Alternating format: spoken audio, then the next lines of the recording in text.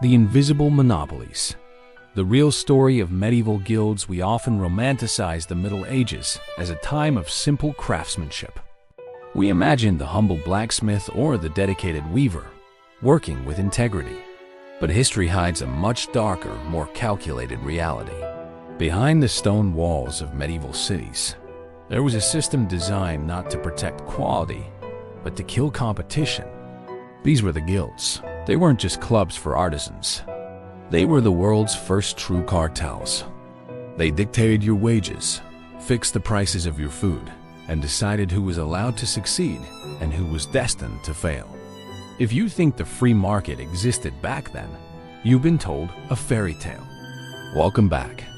Today, we're stripping away the myth of the artisan to reveal the cold, hard financial machinery of the medieval world. By the 12th century, Europe was changing. Trade was booming, and money was flowing again. But there was a problem. There was no central law to protect businessmen. In this chaos, guilds emerged as a solution. They promised stability and quality.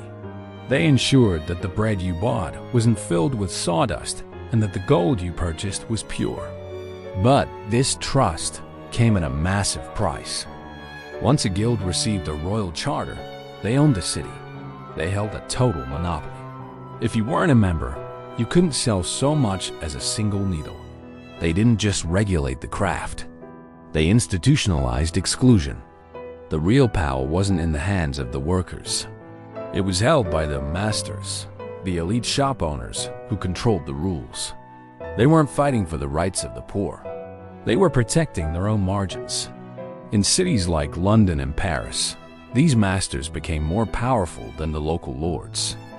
They fixed price lists, and undercutting a fellow member wasn't seen as good business. It was a crime punishable by heavy fines or even banishment. Take the legendary Arte della Lana in Florence. They didn't just make wool. They manufactured power. They controlled the supply chain from the raw sheep S-wool to the finished luxury cloth sold in distant markets. Florence's golden age wasn't built on freedom. It was built on a tightly controlled production line that crushed any outsider who dared to compete. And the walls they built weren't just made of stone. They were made of bureaucracy. To become a master, you had to survive a decade of unpaid apprenticeship.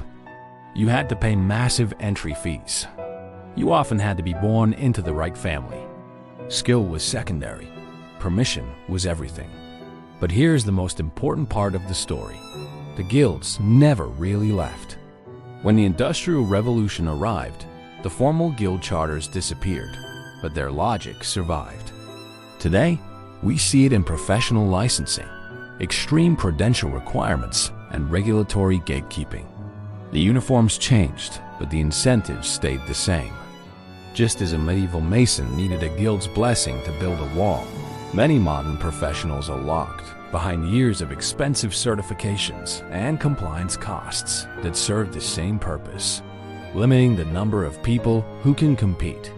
Inflation, wage stagnation, and wealth inequality are always accidents of the market.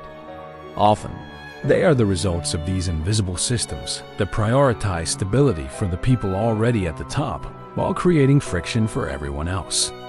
The lesson here isn't that regulation is evil. It is that any system built to solve a problem will eventually try to protect itself, often at your expense. Real financial freedom begins when you stop looking at prices and wages as natural outcomes and start seeing them as the results of a negotiated system. History shows us that whenever a market matures, it stops rewarding the innovator and starts rewarding the gatekeeper. Don't just work harder within the system. Learn how the system is built, because once you see the invisible walls, you can finally find a way around them. If this changed how you look at history, make sure to subscribe. We're just getting started.